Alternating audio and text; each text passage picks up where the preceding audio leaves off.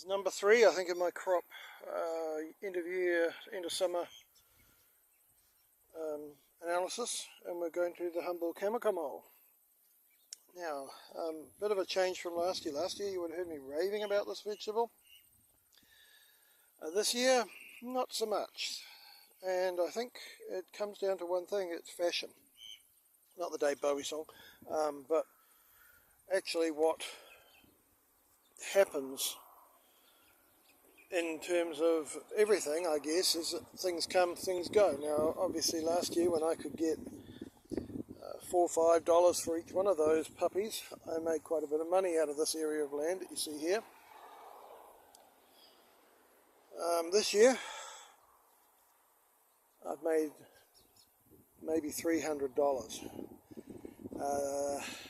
Price is just, it went down through the floor. Obviously, something happened in the world that I'm not aware of. Maybe some chef dogged on it. Maybe some chef last year raved about it, and then people moved on to, I don't know, something else. The new superfood. But whatever the story is, this amount of land that I have got here, that I could have grown $2,000 worth of beans in that space. I could have grown $1,000 worth of broccolini in that space. I could have grown so much more out of this area. Sunflowers, $2,000-3,000 easily. I chose to go with kamo because last year it performed well. This year we had a bit of a drama because of it was such a dry year that did cause problems. And kamo is like any vining fruit, it requires water, so it didn't perform at the best in those conditions. But also, just when we got them to the market, the lack of interest, serious lack of interest, so the price had to keep coming down, even though I was the only person at the market selling kamo, which I thought initially was a great thing. Very quickly changed my tune on that.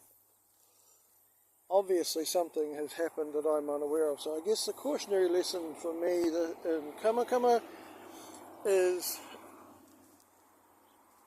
that you need to keep abreast of what's fashionable to some degree. Before you invest heavily in something, you need to keep abreast of the fashion. If just because everyone's into kale as a superfood, because some TV celebrity chef got on board and said that it was the greatest food ever, and it made a dozen dishes on his TV show that made everyone go, ooh, Papa Smurf, doesn't mean that next year there won't be something else. We've seen foods come and go. We will see them come and go again. At the end of the day, if you're having to try and introduce a new food to people, it is difficult. People are cautious about what they stick in their mouth. Especially older people and people who have more disposable income tend to be the ones who go to the farmer's market, and they tend to be more trending towards the fruits that they have grown up with, they have eaten, they know all about. And in the majority of the cases, the people in my market, that is not kamo. And though I managed to convert a few people to it, it is not a vegetable they rave about. It's not a vegetable that they, in the general, come screaming along and ask if I've got. Whereas beans and broccolini, cabbages, cauliflower, lettuce,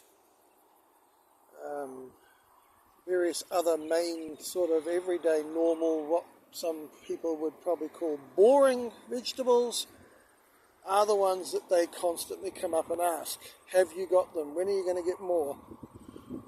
So I guess that's a cautionary tale.